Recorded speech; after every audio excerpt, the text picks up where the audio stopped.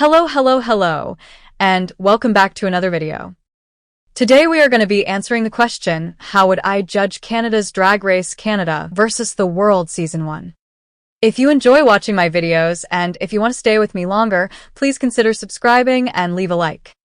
Without further ado, let's get into it. So, in the very first episode, it was a girl group challenge. The queens had to write their own verse to the song called Bonjour Hi.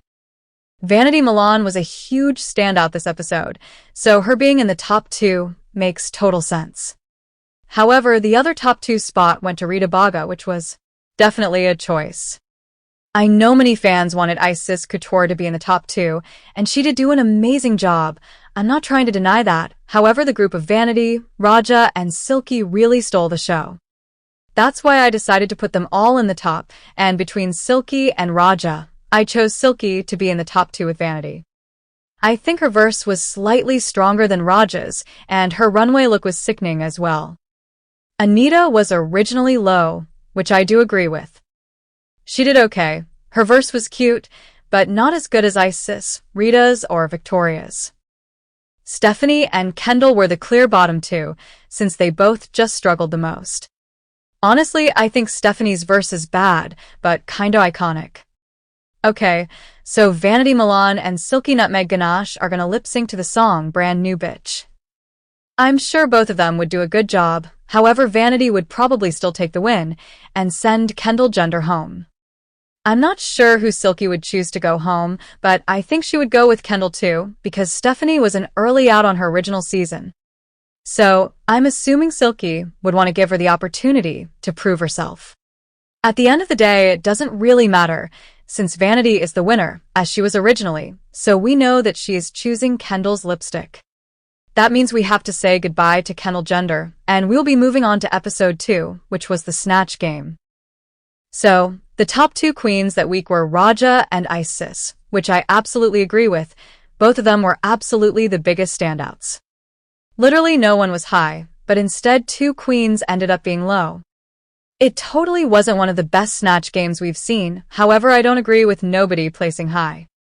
Victoria and Silky were both low, but I personally would put Victoria high, since I think she did pretty good, and also better than Vanity and Rita, who were safe. Silky placing low make total sense. She did not do great, but she was trying, and definitely was not as bad as Anita and Stephanie, who totally flopped. Anita destroyed the Snatch Game on her original season, and I thought she was going to be in the top 2 this episode, but unfortunately it didn't go so well for her. Okay, so the lip-sync song this episode was Skater Boy by Avril Lavigne, and we have the same top 2 as originally, which means we don't have to predict anything. Icesis ended up winning the lip-sync, which I do agree with. That means Stephanie is still going to go home second. Unfortunately, she did not have a redemption after Canada Season 2, but at least she wasn't the pork chop. On episode 3 we had the weather ball. The queens had to present 3 looks on the runway, and one of them they had to create from scratch. Originally, Silky Nutmeg Ganache and Victoria Scone were in the top 2, however I don't agree with Victoria being there. I would say 4 queens did a great job in this challenge, and 3 of them kind of flopped. Raja is still going to be safe, but it is only by default. She also did great this week. Icesis Couture originally was safe as well, which was so weird and unfair. I loved all 3 of her looks, especially the one she made, and the last look is the most important one, so I literally have no clue why wasn't she in the top 2. I do agree with Silky Nutmeg Ganache being in the top 2, as it really was a strong night for her. This was a huge redemption after her performance in the Blue Ball on All Stars 6. I decided to put Victoria Scone high instead of Raja, since I think their third look was equally good, so it came down to the first 2 looks, and I do think that Victoria's looks were stronger. Especially her Drag King look was really cool and iconic. The clear bottom 3 for this challenge were Vanity, Anita, and Rita. They ended up saving Vanity, and Anita and Rita ended up in the bottom 2.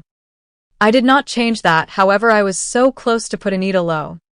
At the end I decided against it, since both of their final looks were almost equally bad, and Vanity's first 2 looks were better than Anita's.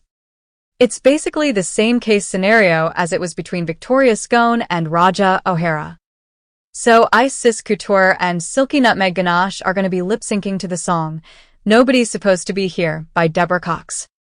When Silky lip-synced against Victoria, she ended up winning, and here it is not going to change. I'm sure Isis would do a good job, however Silky really devoured and stole the show. She really was feeling it. I loved it. I think both of them would choose Anita to go home, which is sad since she is so charming, and I wanted her to go further. And now it is time for episode 4, where the queens had to do stand-up comedy routines. Okay, so this is the episode in which Isis Couture decided to quit the competition.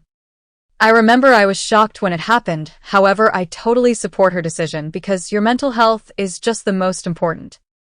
As for the challenge, I basically didn't change anything. I believe Rita was originally safe, but I decided to put her low, since no shade, but she was nowhere near as good as Silky and Victoria. They both killed it and honestly, thank God it's the top 2 format, because I would not be able to decide who did better if it was supposed to be only one winner of the challenge. Raja and Vanity are still going to be in the bottom 2, since unfortunately they did the worst. Silky Nutmeg Ganache and Victoria Scone lip-synced to the song called Your Daddy Don't Know, and they both did a really good job. Victoria ended up winning, and I still kept her as the winner. As we saw, they both chose Vanity Milan to go home, but she got saved because Isis ended up quitting the season. On episode 5, right before the finale, the queens were tasked to star in a movie trailer for Spy Queens. And to be honest with you, I really enjoyed it, and in my opinion all 5 of them did a good job here. Vanity probably was the least good, but remember, least good doesn't mean bad. Also, I did not really enjoy Vanity's and Silky's runway looks, so overall I do agree with them being in the bottom 2. As I was saying, even those who were in the bottom did a really good job that week, but the tops did just a bit better. Victoria and Rita are still going to be lip-syncing for the win. This was Rita's best episode. She really did what was needed to be done. Honestly, I think the role of the old lady was written for her, which is fine because we've seen something like that happen before. So, the lip-sync song this episode was Freak. Rita Baga ended up winning, which I do agree with. This was just her episode. You can't really deny that. Vanity Milan is still going to go home, but I think she had a pretty decent showing this season, especially in the premiere because she really killed it. That means we have the same top 4 as it was originally. Raja O'Hara, Rita Baga, Silky Nutmeg Ganache, and Victoria Scone. I was really happy since there was 3 queens this season I was really rooting for, and all of them made it all the way to the finale. I'm talking about Raja, Silky, and Victoria. No shade to Rita though, we all have our favorites, and that's okay. Anyways, since it was a lip-sync smackdown, I obviously did not change that, so Raja is still going to be lip-syncing against Victoria in the first round, and then Rita is going to be lip-syncing against Silky in the second round. So, the first lip-sync song of the night was Do It. Both of them did good lip-syncing to this song, however Raja did outperform Victoria, so she is still going to move on to the final round. That means Victoria Scone has to sashay away, but she still did amazing this season. Between Silky and Rita, it was a close call as well. They lip-synced to Broken Bones, and both did a pretty good job. I know I'm saying the same thing over and over again, but that's true, and I do think that all of the lip-syncs from this season were really enjoyable and entertaining. I do think that Silky Nutmeg Ganache gave more charisma and really embodied the song. That being said, I obviously agree with Silky Nutmeg Ganache taking the win, which means she is going to be moving on to the final round, and we have to say goodbye to Rita Baga. And that means the lip sync for the crown is going to be between Raja O'Hara and Silky Nutmeg Ganache. This top 2 was literally perfect. I was so happy because at this point it was clear that one of them was going to win the season. The lip sync song was River Deep, Mountain High by Celine Dion. Now it is time to crown the winner. The winner of Canada's Drag Race, Canada versus the World is...